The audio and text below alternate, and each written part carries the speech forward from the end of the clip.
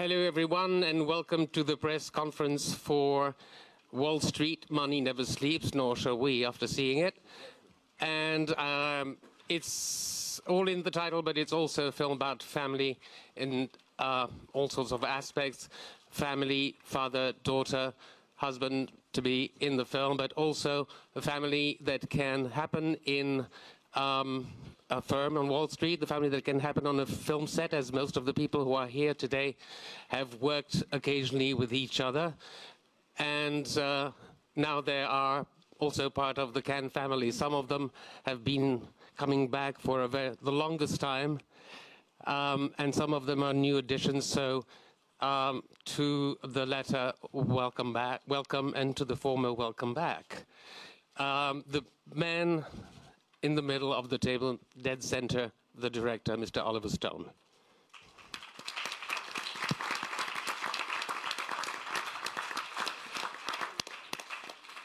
At both ends of the table, two of the producers who've been here to Cannes for the longest time, Mr. Ed Pressman and Mr. Eric Kopelov.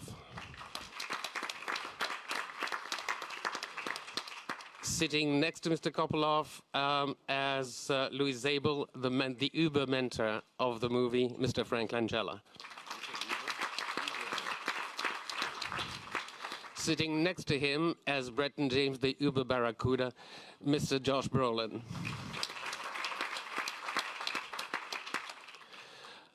The talented rookie sitting next to him, Mr. Shia LaBeouf. Next to Mr. Pressman, probably the moral core of the film, as Winnie Gecko, Miss Carey Mulligan.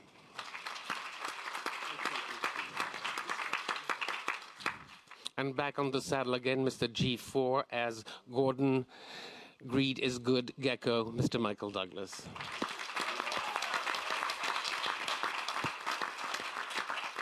And the first question goes here, the second question goes there, and the third question goes all the way there. Here, it's Mr. Kirkland. Okay, coming. Good morning. Bruce Kirkland from the Toronto Sun. This is a question for Michael Douglas and Oliver Stone, because you are the returnees on this particular franchise. And having done the interviews for the original, very few of us knew at the time the original film would become like an icon of that went beyond cinema, that it was actually this document about American corporate culture and corruption. And it predicted a lot of what would come true. Was there any trepidation of treading that territory again, especially in the middle of the nightmare that that film had predicted?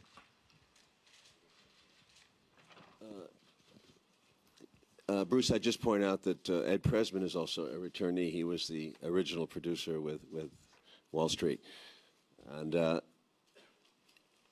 frankly, 23 years is a long time, so you can walk away and come back. I felt very positive because so much had happened and the greed factor had multiplied so much. The other factor was that when, you know, the movie starts with Gordon coming out of jail, so he's a busted man, and he's got no family waiting for him, and he has no real money.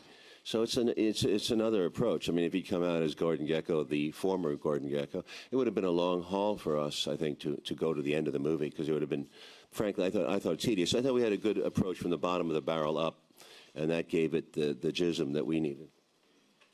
No, I truly felt that, rather than having to repeat the archetype from the first one that he set up, was a guy starting from the bottom of the barrel with one hand tied behind his back. He could not trade. He did not have any money.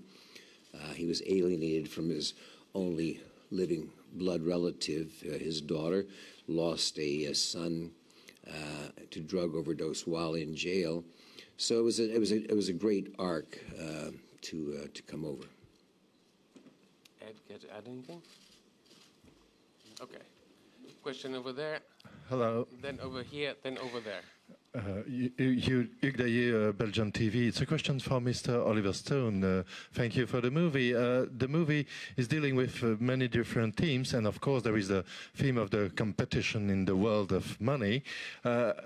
Surprisingly, the movie is not in competition here in Cannes. Is it your choice, and what do you think about competition in the world of cinema? I don't. I think it's a dangerous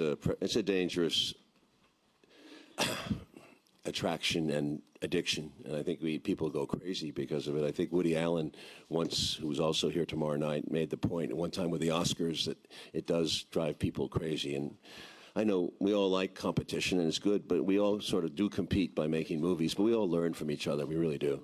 And you take scenes, we steal from everything. We steal from the bad movies too. So it becomes une bouillabaisse à la fin. Ma'am?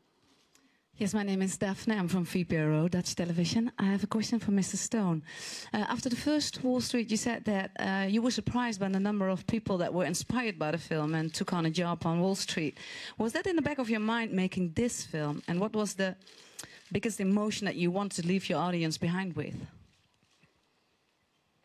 Completely different. Completely different. This is a story about family. This is a story about people who are balancing their love of power and money with their love of their need for love. And I think that's really what it comes down to with everybody. Everyone in this every single of the 5 actors are on this betray each other at some point in the movie. Even Carrie, who Henri called the moral center.